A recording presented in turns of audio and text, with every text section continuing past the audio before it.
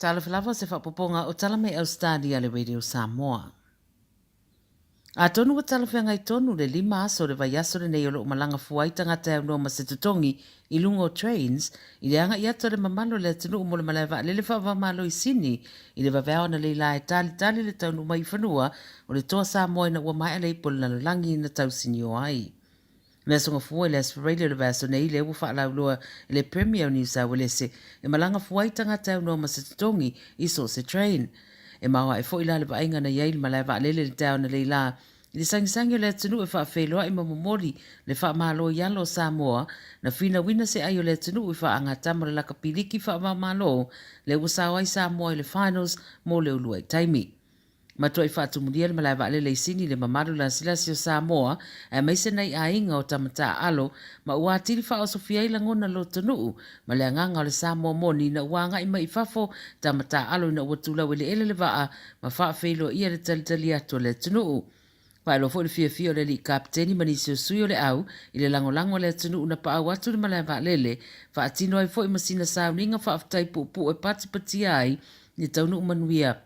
o tama whana wa Samoa. E leo mai lope e nisi fuafuanga mo le toa ma le community Samoa i sini au talitali ai sitasi o wha moe peo na ngina mai li poti Samoa i se sauninga wha apitua e wha aftai ai e lo tato o tunu una i nei fo i tama whanau ma lo lato usau i le tunu umata alonga wha wau malo. Ai wha maisi tasi ta mamatua na nga ia to e whaatari le toa, mana ia le aso, manuia le taunu mai o le au, ia au pito sidio na mana ia le te fua atu le train, ina ua maua sia wha maa venga mai le malo. Whai mai e le mafui ana lulu i ngā tai whale o New South Wales le tau na leila, e tolu te si tolu le malo si le fua mafui e. O le Geoscience Australia na o lātou whaelua le mafui ena whaamawina i ngā tai whale o Bateman's Bay le South Coast ai le itaina le valu le tai ao ma lona le loto e se 10 kilomita. E lo ieni li poti o mea u whaaleanga ina le teminei u whaelua mai le ofisa lea o Ausetalia ma tele lawa na saunga le mu mai mafui e ona o Ausetalia sa o whaile leile o ngā tono le Indo-Australian Plate ai le whapela o le ale a fia i tu ai ngā whaelawelawe tutupu whaafua se i whaale natura. O le tausanga na tenei na fia i le tu isa e o melepone i se mafui e 5 tesi ma le valu le malo si le fua mafui e o whaale ngai nai nisi o whale. O le asona nafi na fia i Indonesia le mafui e 5 tesi ma leono le malo si ma lo wha popo pia le au wha i le au mani liu ma manua mai le nei whaale me lave.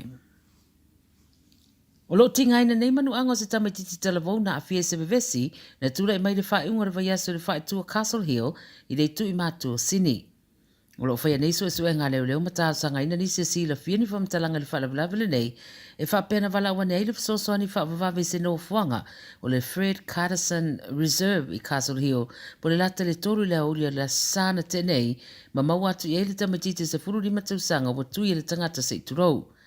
Wa mai le alata fitu Ausetalia e taltun wina o le tamatiti na nga iane whitawi mana woto o lua i le no fuanga au le isawali ane le vaenga na tupo i le whalawalawe le ana whitawi e maseisi fo i kulupu i le kāpaka. Ta ua le ripoti na whiupua i lato wia mai iwa ina whaiwhai te tele ma pā i lima ma ua whailo i ripoti o se naifi ma se sa mala sa whao ngaina. O le taimere vevesi na whao lima i loa le tangata li talavou lea ma so sola e se mai ai ma o tonga whitia e paramedics le tamaititi ma avenatu li wharema i Westmead whai ai le tau tonga ma ua ripoti e ti ngaina.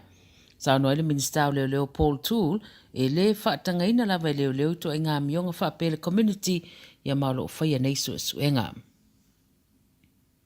Wa moli nei seri mai sini wa fata wa inalo na umai e le atunu o le tusa mare lua se lau varu sutasi kilo o le aisa ua wha aliu suawai ma wha apea o le olive oil. Wa li putia le 9 News i le sona maua leo e le AFP e Australian Federal Police le utalea pe ama le tolsu riwa miliona le tau mai se loli i Fairfield i le masino iulai le tausanga nei. Na whaatino so e ngā le leo se no fuanga i Granville ma o le so lau fuafua tula i el tangata le ilumo le whamsnonga tali morianga. O lo ftawa ina leo e ono iaise so tanga o le tangata lea i whaalawlawe fuafua ina organised crime e kulupu mai fafo le la tau te au mai a whaasolutu la fono whala au whaasaina i le tunu e au fiai fo i manisi o kengi tie pasika.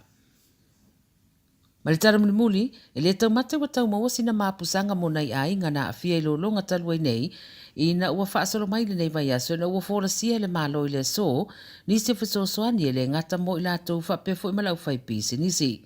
Wa sa no le parimio Ausetalia le so Anthony Albanese, o da tau e anga wa amo ne fisosoani tautupe mai pitonu una afia, o le ama se pei meni mua pe afa amnieina le talusanga, pei meni le lua suli maafe mo pisinisi la iti, ma anga wa afo i mo seisi fisosoani tautupe pe atalia ina le talusanga. O lau fai pisinisi la iti o lo anga i ele fisosoani fa pea ma fa alapaputonga not for profit.